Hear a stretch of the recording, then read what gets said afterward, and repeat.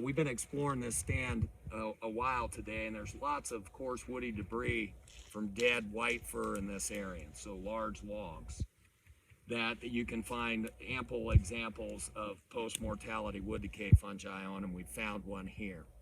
So this log has multiple perennial conks of Ganoderma applanatum. Here's one over here.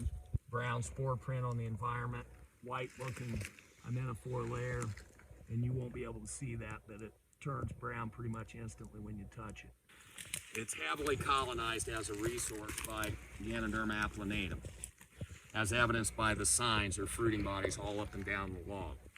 So one stand to reason that most of the decay going on in this area of the log has got to be of that same fungus, the Ganoderma, which has a characteristic diagnostic indication when you expose the rot. So we're going to do a little bit of that now. I've started here where we take this critical force pathology tool, the Pulaski, and the tree's really decayed. You can feel this thick conifer bark back, start getting into the rot. You saw how the Pulaski disappeared into the rot. So we're trying to get a fresh exposure here.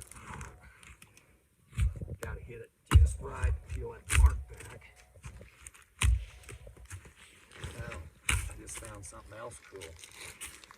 Probably an armillaria decay coming all the way up in the tree.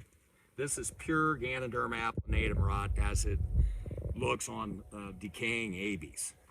So the key thing with Ganoderma species in general, including applanatum, is large areas of uniform decay.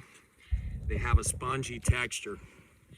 It's a simultaneous white rot, all the polymers being digested simultaneously, but as the decay progresses, there's a tremendous conversion of more and more fungal hyphae and less wood. So there's a lot of white hyphae of the Ganoderma in there.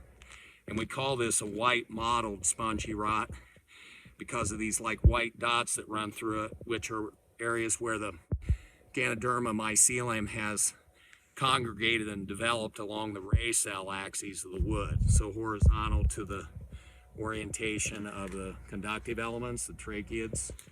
So it has a white mottled look, spongy in texture. So this is pretty advanced decay. You would expect that with all these big conks in this vicinity right here. But this other thing that and we know that this is a white fir, and it was certainly suffering from armillaria root disease down at the base, which helped facilitate the tip up of this tree to begin with. Now, I have found a decay column of armillaria.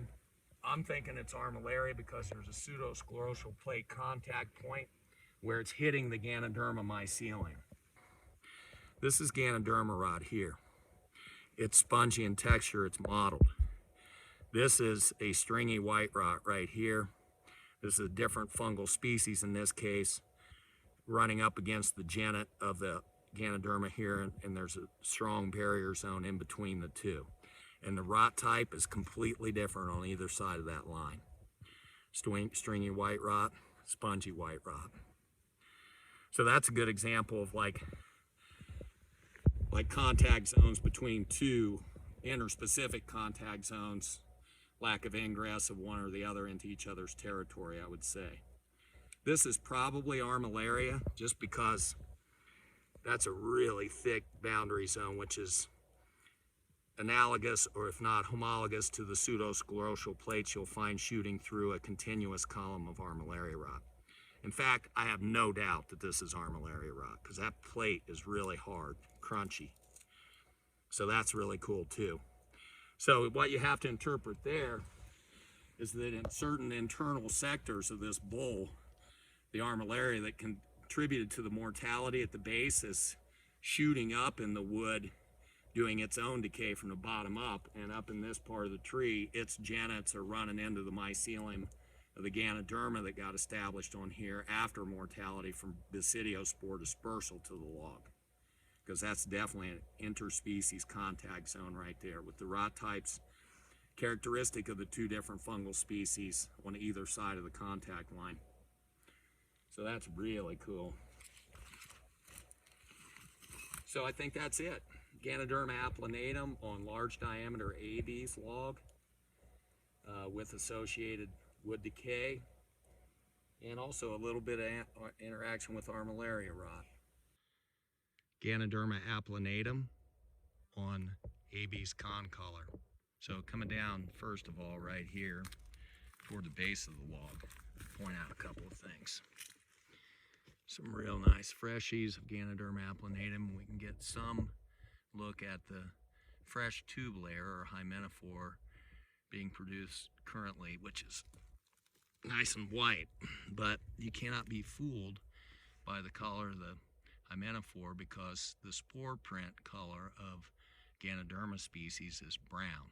I saw all these understory herbs and stuff with this brownish looking powder, and it flashed in my mind that sure looks like Ganoderma spore print, and then indeed it is. So I'm pointing this out to you because these conks are right over there.